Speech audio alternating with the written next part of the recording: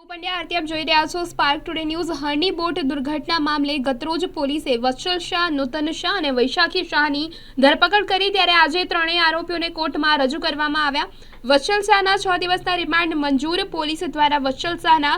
14 દિવસના રિમાન્ડની માંગણી કરવામાં આવી હતી। નૂતન શાહ અને વૈશાખી શાહના 4 દિવસના રિમાન્ડ મંજૂર કરી દેવામાં આવ્યા છે।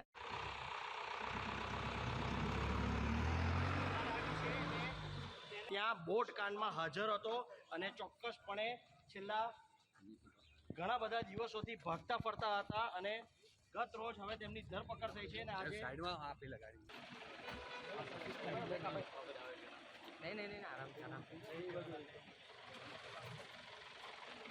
તારીખ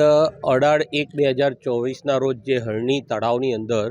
12 બાળકો અને 2 શિક્ષિકાઓના જે મૃત્યુ થયેલા છે, તેમાં કોર્પોરેશન પાસેથી જે કોટિયા પ્રોજેક્ટે આ હોડી અને આખો પ્રોજેક્ટ ત્યાં ચલાવવા માટેનો જે કોન્ટ્રાક્ટ મેળવેલો હતો, તે કોટિયા પ્રોજેક્ટના મુખ્ય ભાગીદારો પૈકીના વત્સલ્ય શાહ અને એની બેન અને એની માતા, જેઓના નામ છે વૈશાખી પરેશ શાહ અને નૂતન પરેશ શાહ, આ લોકોને પોલીસે ગઈકાલે ધરપકડ કરી અને આજે નામદાર કોર્ટ સમક્ષ 14 દિવસના રિમાન્ડ માટેની માંગણી સાથેની રજૂઆત કોર્ટની અંદર કરેલી હતી। નામદાર કોર્ટની અંદર તમામ પાસાઓની રજૂઆત પછીથી વત્સલ્ય શાહ, જે આ ગુનાના કામનો મુખ્ય સૂત્રધાર છે, કેવી રીતે કોટિયા પ્રોજેક્ટ મેળવ્યો અને એને કેવી રીતે ચલાવવાનો, કઈ કાળજી રાખવાની, કેટલા સેફટીના સાધનો રાખવાના, એ તમામ પ્રકારમાં ગુનાહિત બેદરકારી રાખનાર મુખ્ય ભાગીદાર તરીકે છે, તેને નામદાર કોર્ટે તારીખ 21/2/2024ના સાંજના 5 વાગ્યા સુધીના રિમાન્ડ આપ્યા છે અને એને મધર અને એની સિસ્ટરને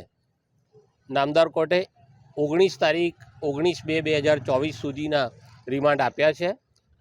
તમામ આરોપીઓનો રોલ આ ગુનાના કામે ગંભીર પ્રકારનો છે અને જે તપાસ દરમિયાન અલગ અલગ આરોપીઓ પાસેથી જે માહિતી મળેલી છે, એ માહિતીના આધારે ક્રોસ વેરિફિકેશન પણ કરવામાં આવશે અને આ લોકોનો જે રોલ છે, એ ગુનાના કામે કેટલી પ્રકારની નિષ્કાળજી રાખી છે, આ પ્રોજેક્ટ મેળવવા માટે